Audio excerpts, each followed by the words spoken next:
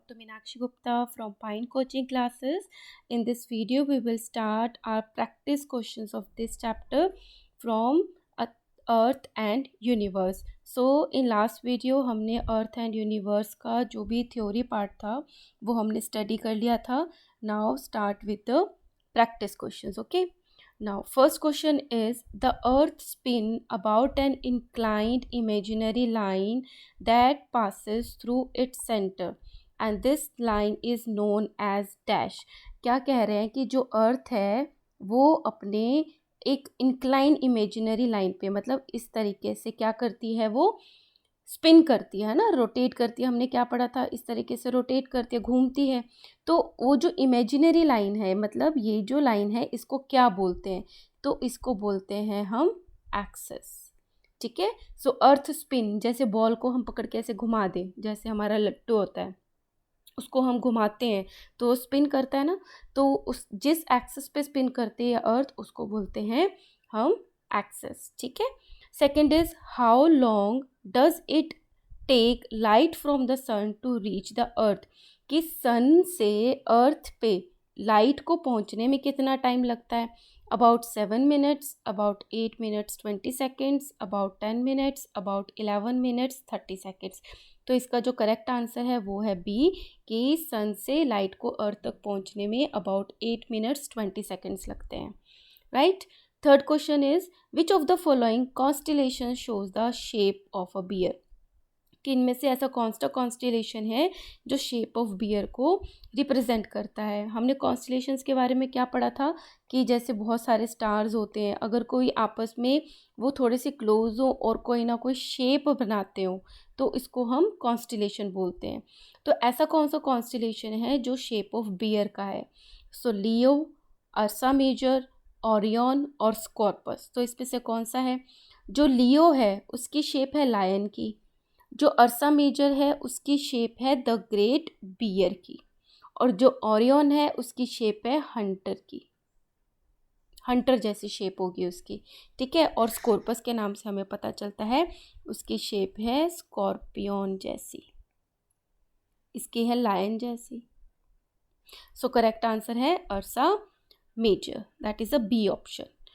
Fourth question is, dash is the brightest planet of the solar system. हमने theory में क्या पढ़ा था कि कौन सा है जो सबसे ज़्यादा गर्म है या ब्राइट है, जिसको मॉर्निंग एंड इवनिंग स्टार भी बोलते हैं. A option is Saturn, B is Venus, C is Mars and D is Jupiter. तो हमारा करेक्ट आंसर है वीनस.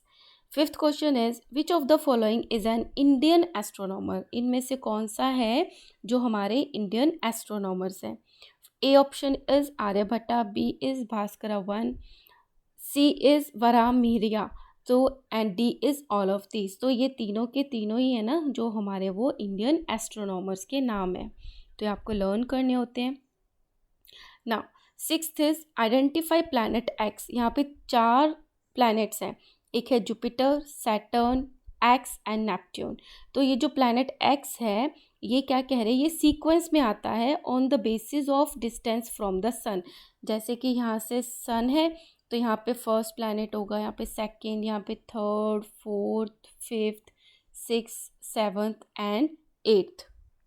तो जो जुपिटर है ना वो 5th प्लेस पे लाई करता है, जुपिटर. ठीक है. इसके बाद आता है सैटर्न. तो ये इसके बाद क्या आता है? तो इसके बाद आता है सैटर्न के बाद आता है यूरेनस. ठीक है. और उसके बाद आता है नेपच्यून. तो यहाँ पे एक्स के प्लेस पे क्या आएगा? यूरेनस. तो हमारा करेक्ट आंसर है Uranus. 7th question is, dash is the constellation that resembles a Hunter. अब हंटर को कौन सा ऐसा कॉन्स्टिलेशन है जो रिजेंबल करता है? अर्सा मेजर, तो अभी हमने देखा था वो बियर को रिप्रेजेंट करता है. लियो जो है वो रिप्रेजेंट करता है लायन को, है ना. तो जो ओरियन है ना वो हंटर को रिप्रेजेंट करता है. So correct answer is C. Okay. Now 8th question is, shape of the moon that follow the full moon is. तो क्या होता है फुल मून? जब हमें पूरा का पूरा मून जो है वो ऐसे चमकता हुआ दिखाई देता है. तो हमने इधर क्या पढ़ा था कि पहले लेफ्ट हैंड साइड से क्या था कि वो बढ़ना शुरू होता है ना. तो ये पूरा ब्राइट है, ये पूरा हमें दिख रहा है, ये डार्क है. इस तरीके से दिखता है। उसके बाद आता है फुल मून। फुल मून के बाद क्या होने लग जाता है, फिर वो छोटा होने लग जाता है। ठीक है, ये छोटा होने लग जाएगा। इसके बाद इस तरीके से फिर ये और छोटा हो जाएगा, फिर क्या हो जाएगा, ये और छोटा दिखेगा। फिर एक टाइम आएगा कि जब ये हमें दिखेगा ही नहीं, तो वो क्या होता है, न्यू मून होता है। तो इसके बाद क्या है, ये जो साइज है मून का वो कम होना शुरू हो जाता है। तो इसको क्या बोलते हैं हम, वेनिंग, वेनिंग गिब्बस बोलते हैं। ठीक है, तो shape of the moon that follows a full moon is, जो फुल मून को फॉलो करती है वो कौन सी शेप होती है, waning gibbous. Okay, now ninth question is select the correct statement regarding the astronaut given shown in the given picture। और इसके बारे में करेक्ट स्टेटमेंट बतानी है। तो फर्स्ट स्टेटमेंट ए क्या गिवन है, she was the first women to go into space. ये फर्स्ट वुमेन थी जो स्पेस में गई थी, नहीं, वो थी Kalpana. B, she was the second women of the Indian origin to go into space. ये करेक्ट बात है, और भी देख लेते हैं। She was the first Indian to go into space, ये रॉन्ग है। She was one of the members of Apollo 11 team, नहीं, वो तो फर्स्ट टाइम जो मून पे स्पेस क्राफ्ट गया था उसका नाम है अपोलो 11। तो करेक्ट आंसर है B, that she was the second women of the Indian origin to go into the space after the Kalpana Chawla. Okay, 10th is why is sun important to earth, की जो sun है वो अर्थ के लिए important क्यों है। First option given है, देखो ये 3 ऑप्शन है, 1 2 3, इसमें से जो करेक्ट है आपको उसको टिक करना है। तो फर्स्ट में क्या कह रहे हैं, it provides light energy to the green plants to make food. So इस प्रोसेस का नाम आपको पता होना चाहिए कि जब कोई प्लांट सन की लाइट एनर्जी को यूज़ करके अपना खाना बनाता है तो उस प्रोसेस को बोलते हैं फोटोसिंथेसिस। ठीक है, तो फोटोसिंथेसिस एक प्रोसेस है जिसके थ्रू जो प्लांट है वो सन से लाइट लेकर अपना फूड बनाता है। तो ये तो करेक्ट चीज़ है। सेकेंड में क्या गिवन है, it provide heat to enable living things to survive on the earth. क्या इसकी हीट की वजह से जो लिविंग थिंग्स हैं वो अर्थ पे सर्वाइव कर पाती हैं। So it is also true, yes, क्योंकि अगर सन नहीं होगा तो यहाँ पे बहुत ठंड होगी, कोल्ड होगा, तो हम लोग सर्वाइव नहीं कर पाएंगे। तो 1 और 2 करेक्ट है। Third is it rotates around the earth to give a season. क्या जो सन है वो अर्थ के अराउंड चक्कर काटते हैं। सो दिस इज़ रॉन्ग, क्योंकि अर्थ जो है वो रोटेट करती है, वो रिवॉल्व करती है around the sun. So third is incorrect. तो फर्स्ट और सेकेंड करेक्ट है, सो हमारा करेक्ट ऑप्शन है A. 11th is which phase of moon is shown by X in the given figure. तो आपको ये बताना है ये कौन सी फेज है मून की। तो अगर हम यहाँ से स्टार्ट करें तो यहाँ पे क्या हो रहा है, हाफ मून है। अब हमें ये नहीं पता कि ये वेनिंग हो रही है या वैक्सिंग हो रही है। अब अगर हम इधर की तरफ जाते हैं, क्योंकि इधर तो क्वेश्चन ही है, तो इधर तो हम समझ ही नहीं पाएंगे। अगर इधर जाते हैं तो हम क्या देख रहे हैं कि ये और कम हो रहा है, फिर ये और कम हो रहा है। इट मीन्स यहाँ पे क्या हो रही है, वेनिंग हो रही है। ठीक है, वेनिंग इज बस। फिर ये क्या हो गया, न्यू मून हो गया। न्यू मून के बाद ये इसने बढ़ना शुरू कर दिया, दिखना शुरू कर दिया मून ने। तो आते आते यहाँ पे क्या हो गया, फुल मून हो गया। तो ये पूरा का पूरा क्या था, वैक्सिंग गिब्बस, क्योंकि बढ़ रहा था साइज मून का। अब इसके बाद क्या हुआ, कम होना शुरू हो गया। तो ये क्या फेज हो गई, वेनिंग गिब्बस की होगी। So this is a B, that is a waning gibbous moon. Okay, now 12th is Rahat has noted in his calendar 15th August. उसने 15th अगस्त को राहत ने कैलेंडर में नोट किया कि तब क्या था, फुल मून था। मतलब फुल मून में क्या होता है, पूरा का पूरा ब्राइट मून होता है। Which shape of the moon would be most likely observed on 29th अगस्त। तो आफ्टर 14 डेज, 14 डेज के बाद वो क्या एक्सपेक्ट करेगा कि क्या होगा, फुल मून के 14 डेज बाद क्या आता है, न्यू मून, कि पूरा डार्क होता है, अमावस आती है, न्यू मून। तो हमें ऐसा दिखेगा, मतलब दिखेगा ही नहीं, डार्क दिखेगा, है ना। चलो 13th question is the sun, the earth and the moon are parts of our solar system. ये हमें पता है कि सन, अर्थ और मून जो है वो हमारे सोलर सिस्टम का पार्ट है। At which of the 4 position, ये 4 पोजिशन गिवन है, X, Y, Z, W. So shown in the figure would the moon be during an eclipse of sun, कि कब ये जो मून है, मून क्या होगा, इसके चारों तरफ हमारी नेचुरल सैटेलाइट है, वो चक्कर काटता है, तो मून की पोजीशन क्या होनी चाहिए, क्या वो एक्स पे होना चाहिए, क्या वो डब्ल्यू पे होना चाहिए, क्या वो जी पे होना चाहिए, क्या वो वाई पे होना चाहिए। तो हमने क्या पढ़ा था, जब अर्थ और सन के बीच में मून आ जाता है तो क्या होता है, सन की जो लाइट है वो प्रॉपर अर्थ पे नहीं पड़ पाती, तो हमें सन पे इस तरीके से मून दिखेगा क्योंकि वो बीच में आ जाता है। तो ये क्या हो जाता है, सन एक्लिप्स, मतलब सूर्य का ग्रहण हो गया। तो मून की पोजीशन क्या होगी, एक्स होगी। अगर डब्ल्यू होगा तो कोई फ़र्क नहीं पड़ेगा क्योंकि पूरी पूरी हमें रेज मिलेंगी इस तरीके से, है ना। जी पे भी कोई फ़र्क नहीं पड़ेगा, वाई पे भी नहीं फ़र्क पड़ेगा। कब फ़र्क पड़ेगा, जब मून अर्थ और सन के बिल्कुल बीच में आ जाएगा, तब सोलर एक्लिप्स आता है, right. Let's do 14th। Select the correct statement, आपको करेक्ट स्टेटमेंट बतानी है। सो इसमें फर्स्ट में ए में क्या गिवन है, gravitational force of the moon is 6 times that of earth. क्या कह रहे हैं कि जो मून है उस पे जो ग्रेविटेशनल फोर्स है वो अर्थ से 6 टाइम्स है, मतलब इंटू 6 है, जितनी अर्थ पे है उसकी 6 टाइम्स मून पर है।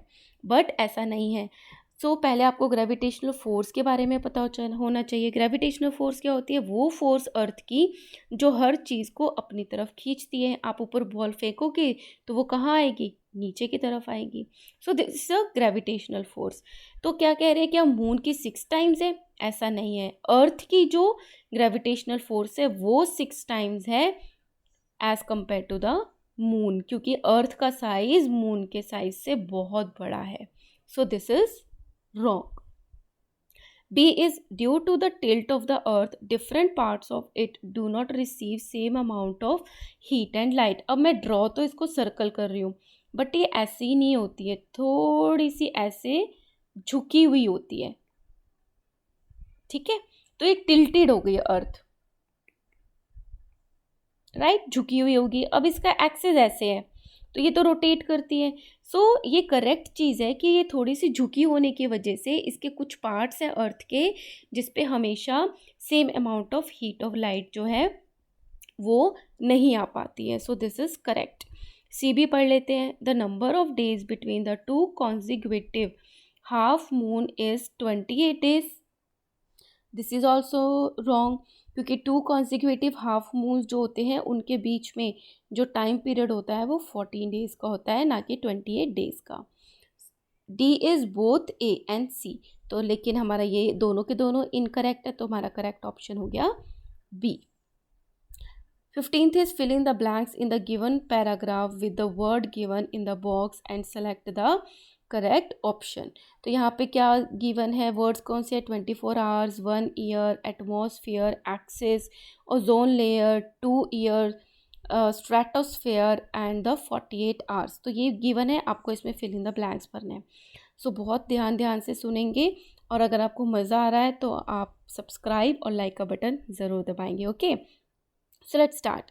अर्थ रोटेट्स ऑन इट्स ऑन, ये आपको पता है, बिल्कुल भी गलत नहीं होना चाहिए। हमने बहुत बार पढ़ लिया कि जो अर्थ है वो किस पे रोटेट करती है, अपने एक्सिस पे। मैं यहीं लिख देती हूँ, अपने एक्सिस पे रोटेट करती है।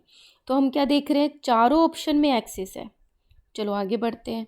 And takes dash for 1 rotation, अपनी एक्सिस पे रोटेट करने पे, अपने एक्सिस पे रोटेट करने पे उसको कितना टाइम लगता है, 1 दिन लगता है। तो कितना टाइम लगता है, 24 आवर्स लगते हैं उसको। 24 आवर्स का है यहाँ और यहाँ। अब इन दोनों में हमारा आंसर होगा। It also moves around the sun, अब जो अर्थ है वो सन के भी चारों तरफ मूव करती है ना, ये हमें पता है। And takes about dash to complete 1 revolution, और कितना टाइम लगता है इसको एक चक्कर काटने का सन में, 1 ईयर। 2 ईयर थोड़ी लगते हैं। सो 1 ईयर। सो ये करेक्ट जा रहा है। To complete one revolution the earth is covered by a layer of gases, और अर्थ के चारों तरफ क्या है, लेयर्स है गैसेस की, जिससे वो क्या बनाते हैं, कॉल्ड एटमॉस्फेयर। तो हमारा करेक्ट ऑप्शन क्या हो गया, हमारा C. Okay, now come to the achiever section. Achiever section में क्या गिवन है, refer to the given Venn diagram and select the incorrect option regarding X Y and Z. X Y and Z के बारे में आपको बताना है कि इसमें से इनकरेक्ट कौन सा है। तो ए में गिवन है a group of Y form pattern in the sky called the constellation. अब ये जो वाई है, ये जो वाई है, इसको कौन से सर्कल कवर कर रहे हैं, एक तो ये सर्कल कवर कर रहा है ना। तो जो कि क्या कह रहा है, ये कह रहा है कि ये विजिबल है स्काई में, ठीक है।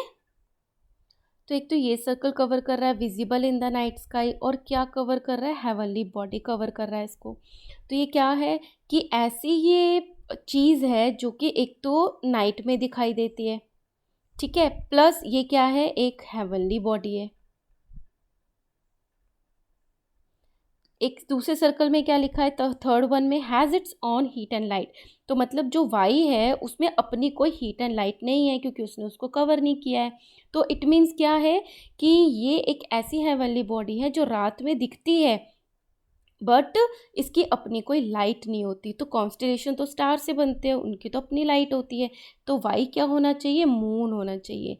तो ये हमारा इनकरेक्ट है, राइट। अब हम x की बात करें तो ये रहा x। तो x को कौन से सर्कल कवर कर रहे हैं, ये सर्कल भी कवर कर रहा है, ये सर्कल भी कवर कर रहा है, और ये सर्कल के अंदर भी आ रहा है। तो इनमें तीनों चीज़ें हैं। x जो है वो ऐसी चीज़ है जो हेवनली बॉडी है, मतलब स्पेस में है, visible in the night sky, रात में भी दिखाई देती है, और has its on heat and light, और इसके अपने हीट एंड लाइट भी है। तो ये क्या होना चाहिए, स्टार होना चाहिए। बट बी में क्या गिवन है ऑप्शन में, the surface of the X has a huge craters which are created by the space rocks. तो इसके मतलब से तो क्या होना चाहिए, ये मून होना चाहिए कि जिस पे बहुत सारे खड्डे होते हैं। तो इट मीन्स ये भी इनकरेक्ट है, क्योंकि जो इन्होंने डेफिनेशन इन तीनों के अकॉर्डिंग दी है उसके अकॉर्डिंग तो स्टार होना चाहिए। अब सी क्या कहता है, दिस इज जी। इसको कौन सा सर्कल कवर कर रहा है, जी को, एक तो ये, और कौन सा सर्कल कवर कर रहा है, ये वाला circle visible in the night sky Z को कवर नहीं कर रहा है। मतलब जो जी है वो ऐसी हेवनली बॉडी है जिसकी अपनी हीट एंड लाइट है, और जो रात को दिखाई नहीं देता। इट मीन्स वो क्या होना चाहिए, वो होना चाहिए सन होना चाहिए, ठीक है, या फिर स्टार्स होने चाहिए। तो but the gravitational force of the G hold all the planets in the place. तो यस कि ये सन होता है और यहाँ पे बहुत सारे प्लैनेट्स होते हैं जो उसको अपनी जगह पे रखते हैं, है ना। तो ये हमारा करेक्ट ऑप्शन हो गया। तो लेकिन उन्होंने क्या पूछा था, इनकरेक्ट पूछा था। तो दोनों ए एंड बी जो है वो इनकरेक्ट है। तो हमारा जो करेक्ट ऑप्शन होगा वो डी होगा, that is both A and B are incorrect. Now 17th question is the shape of the moon seems to be changes. ये तो हमें पता है कि जो मून की शेप है वो चेंज होती रहती है। Which shape of the moon is expected to appear when. तो कब, कैसी शेप आपको एक्सपेक्ट करते हो कि वो अपीयर होगी, जब the moon is between earth and sun, कि ये अर्थ है, ये सन है, दिस इज मून, कि जो मून है वो अर्थ और सन के बीच में है।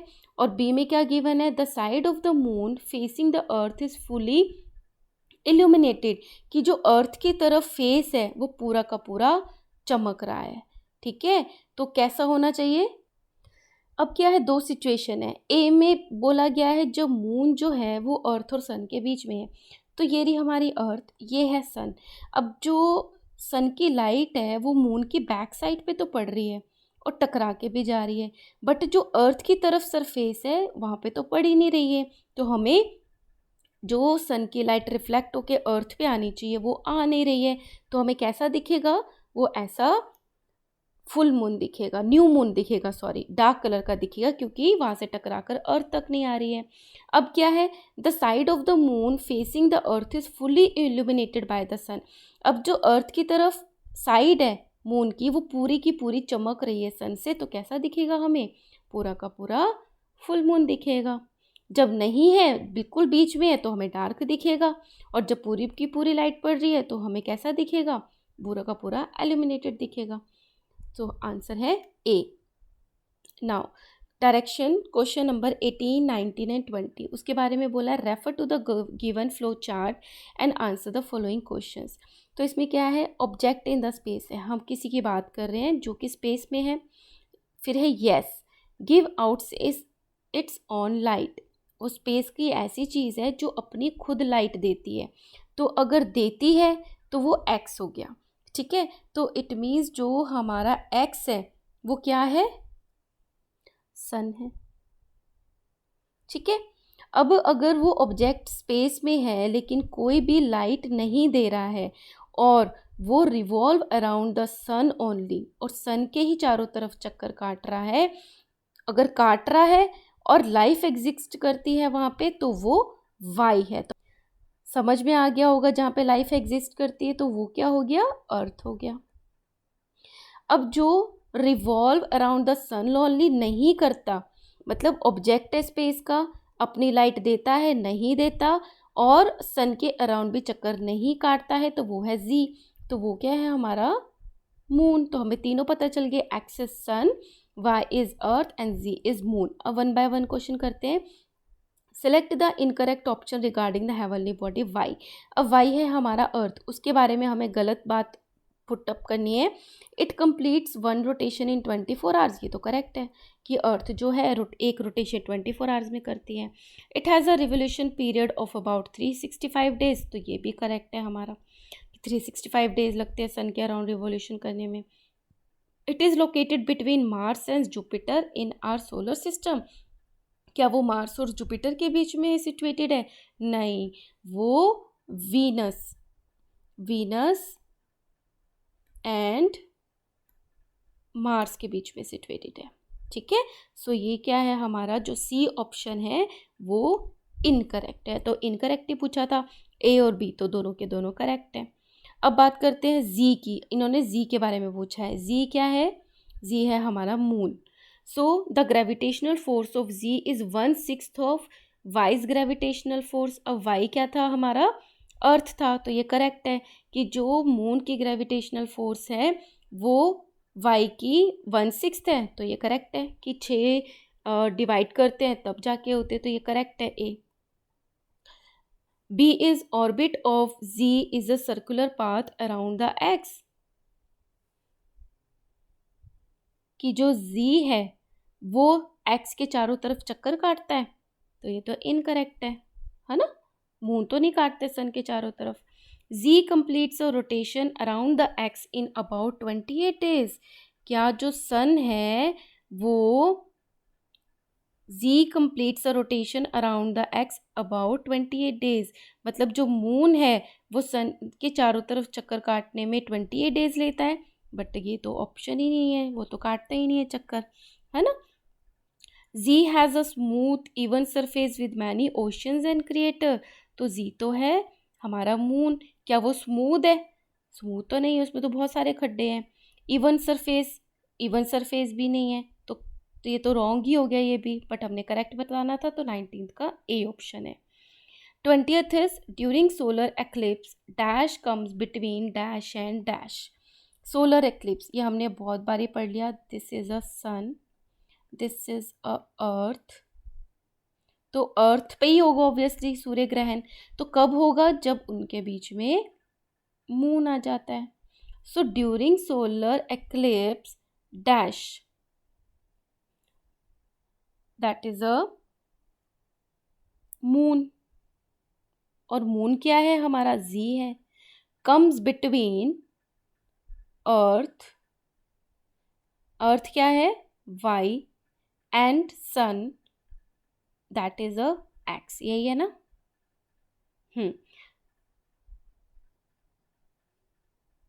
सो Z Y X, Z Y X, तो Z तो है, Y X नहीं है, X Y है, तो सन को इधर, अर्थ को भी इधर लिख सकते हैं.